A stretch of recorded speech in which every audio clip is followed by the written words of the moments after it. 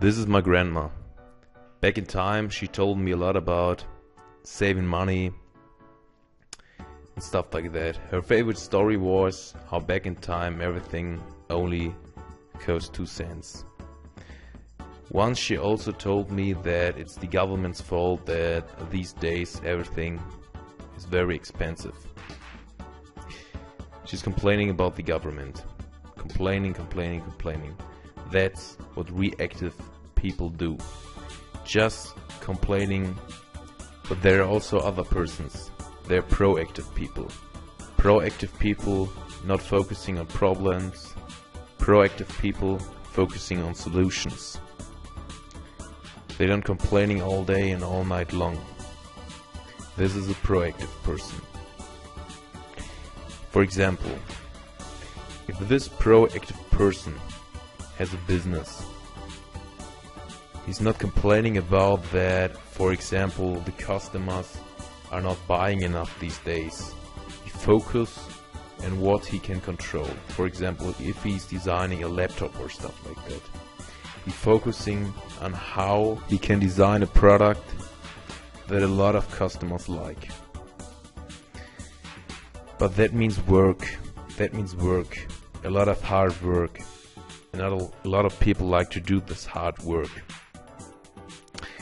It's easier to stay in your comfort zone. It's easier to complain. Complaining means less effort than hard work.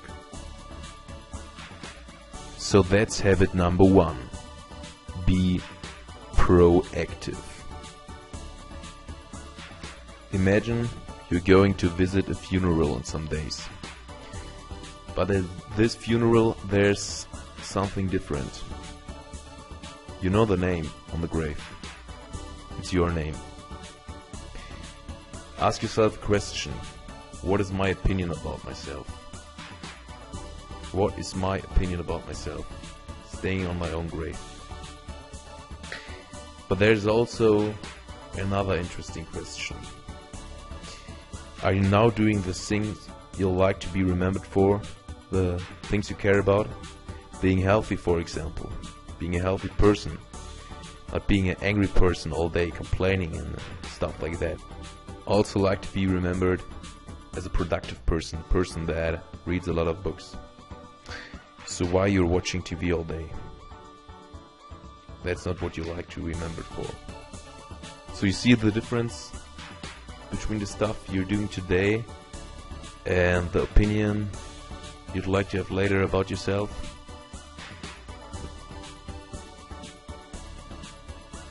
So habit number 2 is begin with the end in mind.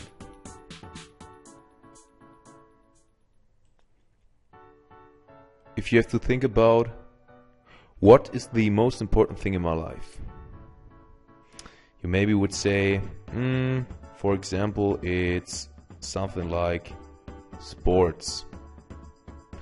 It's something like being with my family or being healthy.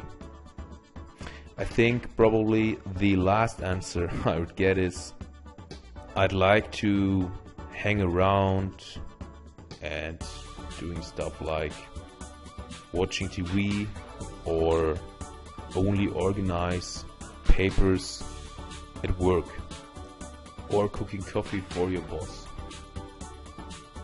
So you see, there's a difference, a huge difference between where the focus should be and where the focus actually is.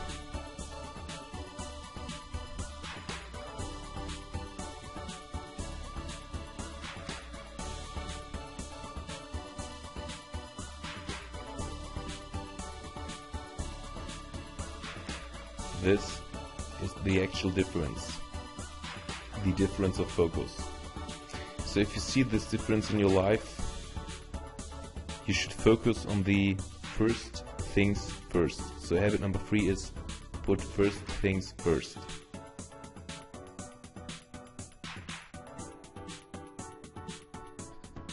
So imagine there are 2 companies. Instead of being angry at each other and talking bad stuff about each other in front of the customers, wouldn't it be a good idea if they try to have, for example, a collaboration instead, smiling at each other and helping each other by getting more customers. So you see, everyone is happy, both companies are getting more customers this way. So you have to think in a situation where both of the companies win. So you see, both of the companies are getting profit. Everybody wins. So habit 4 is think win-win. A lot of people only like to tell their problems, their point of view. They only speak instead of just listen. So, for example, if you have a business, don't tell your customers that they have to buy and that you are working so hard and that everything is bad. So, instead of that rubbish, better focus on how you can show your customers the advantages of your products. Show them the value. Care about your customers, not care about your problems. So habit number 5 is seek first to be understood, then to be understood. So imagine that there's an apple tree.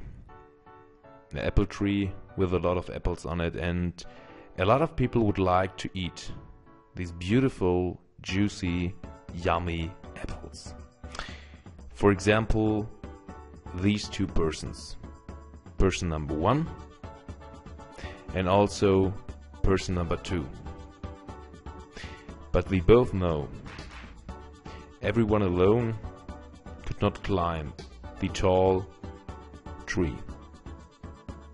So everyone knows if they are not working together, no one would get a single apple from the beautiful apple tree. So what should they do? Instead of trying to get all the apples alone, what not works, they should work together. Person number 1 plus person number 2 equals they'll get all the apples instead of no one gets an apple. So they use synergetic effects to get all the apples instead of getting nothing. And that's why habit number 6 is synergize.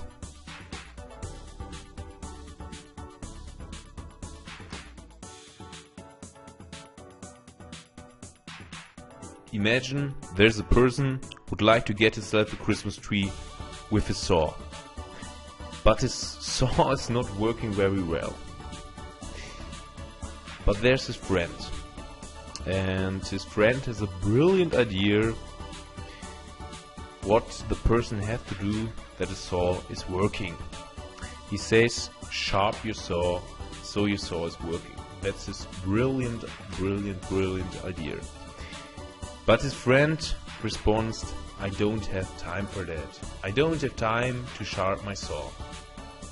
He'd rather want to get the tree with the unsharp saw than sharp the saw. You may laugh about this funny example, but maybe there's sometimes the same situation in your life.